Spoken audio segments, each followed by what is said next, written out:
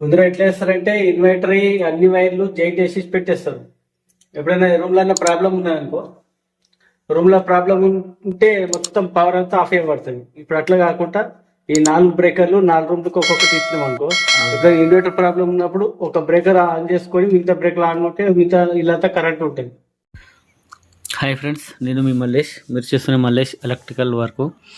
ఈరోజు మనం inverter connection గురించి తెలుసుకునే ముందు మీరు ఫస్ట్ టైం నా ఛానల్లో వీడియో చూస్తున్నట్టయితే లైక్ చేయండి, షేర్ చేయండి, సబ్స్క్రైబ్ మాత్రం తప్పకుండా చేయండి.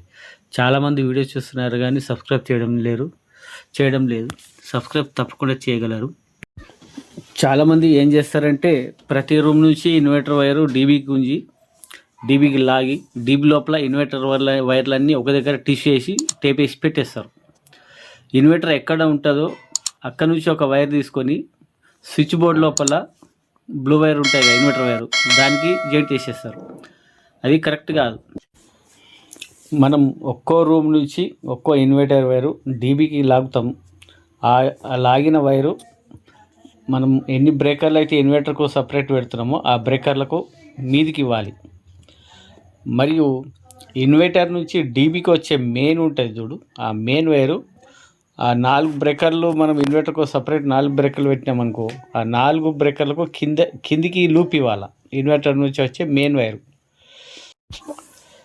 ఇలా చేయడం ద్వారా ఏ రూమ్లో అయితే మనకు పవర్ ప్రాబ్లం వస్తుందో, ఇన్వర్టర్ పవర్ ప్రాబ్లం, ఆ రూమ్కు సంబంధించిన బ్రేకర్ ఆఫ్ చేసుకుంటే ఇన్వర్టర్ పవర్ ఆఫ్ అయిపోతుంది.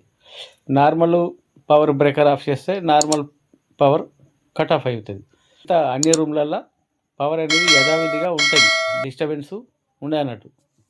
ఈ ఇన్వర్టర్ పవర్ కోసం స్విచ్ చేస్తే ఇన్వర్టర్ పవర్ చాలా ఉంటుంది. ఇప్పుడు 24/7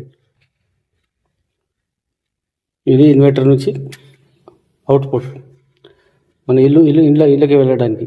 బ్రేకర్ ఆన్ చేసుకుంటేనే అవుట్పుట్ వెళ్తుంది ఇంట్లోకి, లేకుంటే బ్రేకర్ ఆఫ్, ఇప్పుడు ఇన్వర్టర్ ప్రాబ్లమ్స్ వచ్చిందనుకో బ్రేకర్ ఆఫ్ అయిపోతుంది, ట్రిప్ అవుతుంది. అందుకే ఈ బ్రేకర్ పెట్టడం జరిగింది. ఇన్వర్టర్ నార్మల్ పవర్ నుంచి ఇన్వర్టర్ వైర్లకు మొత్తం సప్లై వచ్చింది.